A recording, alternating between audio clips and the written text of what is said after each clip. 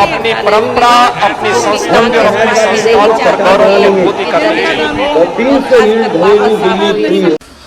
Sapa supremo Akhilesh Yadav अपने गढ़ आजमगढ़ की मुस्लिम बहुल मुबारकपुर सीट पर इस बार भी अपने नाम रास अखिलेश यादव को ही बसपा के किले को ध्वस्त करने के लिए चुनावी रण में उतारा है।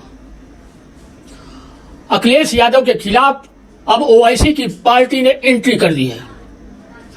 आईएमआई ने बसपा छोड़कर सपा से निराश होने पर विधायक शाह आलम जमाली को ही अखिलेश यादव का मुकाबला करने के लिए भेज दिया है। अब इस सीट पर छोटे बड़े 4 मुस्लिम लड़ाकू मैदान में होंगे। यह सीट बसपा की अभेद्य किला मानी जाती है। ऐसे में बसपा की राह अब कठिन होती नजर आ रही है। मुस्लिम बहुल मुबारकपुर सीट की बात करें तो सबसे अधिक मुस्लिम मतदाता यहां है। मुस्लिम और यादव मतदाताओं के चलते यह सीट बसपा के लिए मुफीद रही है। यहां पर लगभग 20% मुसलमान हैं तो 18% यादव हैं, जबकि लगभग 14% दलित हैं और 13% क्षत्रिय और मात्र 5% ब्राह्मण हैं। एमवाई और दलित समीकरण के आधार पर इस सीट पर केवल 1993 में ही सपा की साइकिल दौड़ पाई थी। इसके बाद 1996 से लगातार बसपा की मतवाली हाथी ही झूमती आ रही है। इस दौरान अब तक इस सीट को जिस किसी ने भी सपा बसपा के टिकट पर जीता है वह सपा बसपा को छोड़ता ही गया है। वर्तमान में सपा से एक बार विधायक हुए रामदर्शन यादव सपा छोड़ चुके हैं। बसपा के टिकट पर 2 बार इस सीट को जीत चुके पूर्व मंत्री चंद्रदेव राम यादव इस समय बसपा को छोड़कर समाजवादी पार्टी में आ गए हैं और बसपा के ही टिकट से 2 बार से विधायक होते आ रहे शाह आलम जमाली भी बसपा को छोड़ चुके हैं। 2017 के चुनाव में इस सीट पर सपा और बसपा की टक्कर रही है। बसपा से शाह आलम जमाली हारते हारते 70,705 मत पाकर जीत गए थे, जबकि समाजवादी पार्टी के अखिलेश यादव जीतते जीतते मात्र 688 मतों से चुनाव हार गए थे। इधर नवंबर माह में बसपा छोड़ने के बाद विधायक शाह आलम जमाली पिछले महीने सपा मुखिया अखिलेश यादव से संपर्क करने के बाद सपा के टिकट पर चुनाव लड़ने के लिए क्षेत्र में उतर गए थे। तब वे अपने स्वागत से गदगद होकर सपा मुखिया अखिलेश यादव को सीएम ही नहीं पीएम के रूप में भी देखने लगे थे। वो तो उत्तर प्रदेश के मुख्यमंत्री बनेंगे और आज का दिन और आज की इस बात को मेरे याद रखिएगा कि आने वाले दिनों में वो दिन दूर नहीं जब देश के वो प्रधानमंत्री के पद के भी प्रत्याशी होंगे और देश को लीड करेंगे, क्योंकि उनके अंदर वो क्षमता है। मैंने देखा, महसूस किया है। एक तो उनके अंदर ये बड़कपन है कि वो देने के लिए दिल बड़ा रखते हैं। इतना बड़ा देखिए कुनबा सबको समेट लिया और सारे लोग एक दो की बात मैं नहीं करता, सारे लोग कोई ना कोई तो खूबी है ना उनमें कि जो बड़े बड़े नेता सारे लोग छोड़ करके वहाँ इकट्ठा हो गए उनके बैनर के तले। और विधायक शाह आलम जमाली को उस समय करारा झटका लग गया जब सपा मुखिया अखिलेश यादव ने अपने वफादार सिपाही अखिलेश यादव को टिकट थमा दिया और अखिलेश यादव नामांकन कर चुनावी रण में भी उतर गए। इधर बसपा ने मुस्लिम प्रत्याशी के रूप में पूर्व विधायक अब्दुल सलाम को भी मैदान में उतार दिया है। यही नहीं, कांग्रेस ने भी मुस्लिम प्रत्याशी के रूप में परवीन बानो को प्रत्याशी घोषित किया है। इसके अलावा भारतीय सबका दल से मोहम्मद समीर भी नामांकन पत्र खरीदकर इस सीट पर दावेदारी करने जा रहे हैं।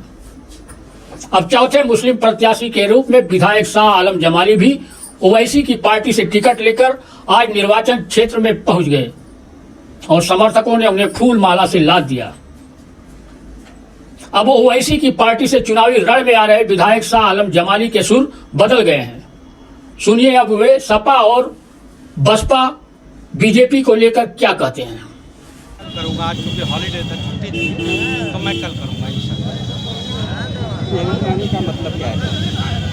देखिए मतलब क्या है, हम एक बड़ी पॉलिटिकल पार्टी है और मैं जिस दल में था पूरी निष्ठा ईमानदारी से था, इन्हीं गाड़ियों से छोड़ दिया।